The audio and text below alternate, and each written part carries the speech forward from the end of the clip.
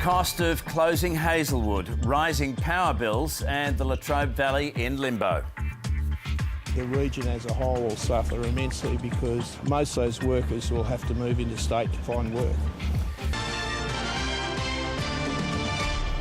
Good evening, Ian Henderson with ABC News. Government modelling confirms the impending closure of the Hazelwood power station will force up household power bills, but not by as much as some have feared. The power plant's owners, the French company Engie, will tomorrow spell out the timing of the plant's closure.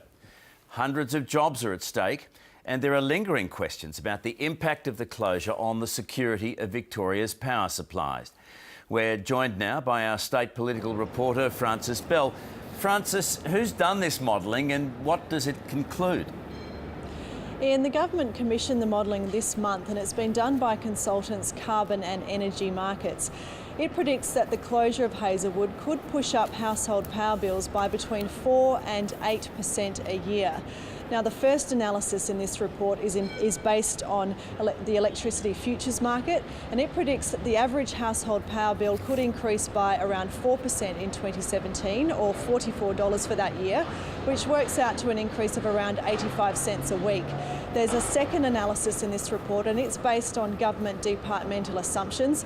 That predicts a high increase of around 8% in 2018, which works out to around $86 for that year, or $1.65 a week. So those predictions of between 4 and 8% in household power bill increases are lower than some of the predictions that had been around previously, particularly by Frontier Economics, which predicted rises of up to 25%. Well, Frances, that's fine for households, but what about industrial users? And I guess the bigger question, the overall security of Victoria's power supply. Well, Ian, yes, industrial users are particularly vulnerable to increases in the wholesale electricity price, particularly a company like Alcoa, which uses a large proportion of Hazelwood's output to run its aluminium smelter in Portland. Up until now, Alcoa has been receiving generous electricity subsidies from the government to run that smelter, but that deal has now expired and Alcoa is seeking to lock in a new deal with an alternative energy supplier. But in the meantime, that smelter and the future of hundreds of workers hangs in the balance. The Treasurer today did say that the government would consider providing ongoing financial assistance to Alcoa to ensure that the plant stays open, but not strike a similar subsidy deal for their electricity.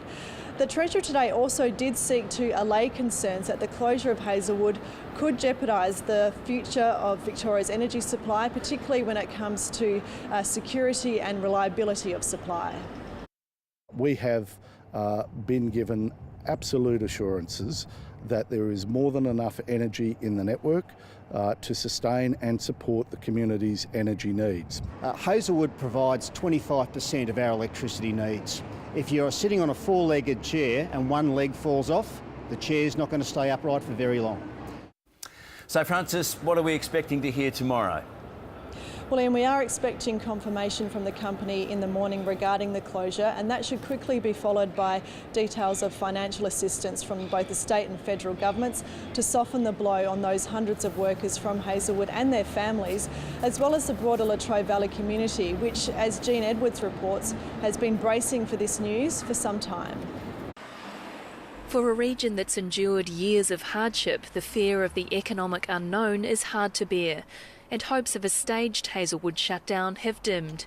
3 months and a bit is that's outrageous. We think that's a betrayal to the community by the power generator, Engie.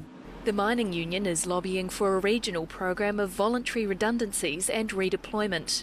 We would like to see the government establish a transition scheme so that older workers at the other power stations could retire early and the younger workers at Hazelwood could pick up their positions.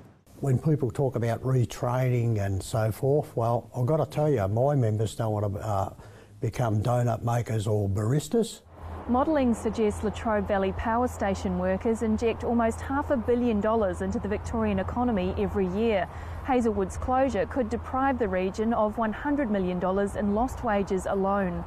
The region as a whole will suffer immensely because most of those workers will have to move interstate to find work. With chronic unemployment in Latrobe Valley towns like Morwell, charities are worried social problems will only get worse.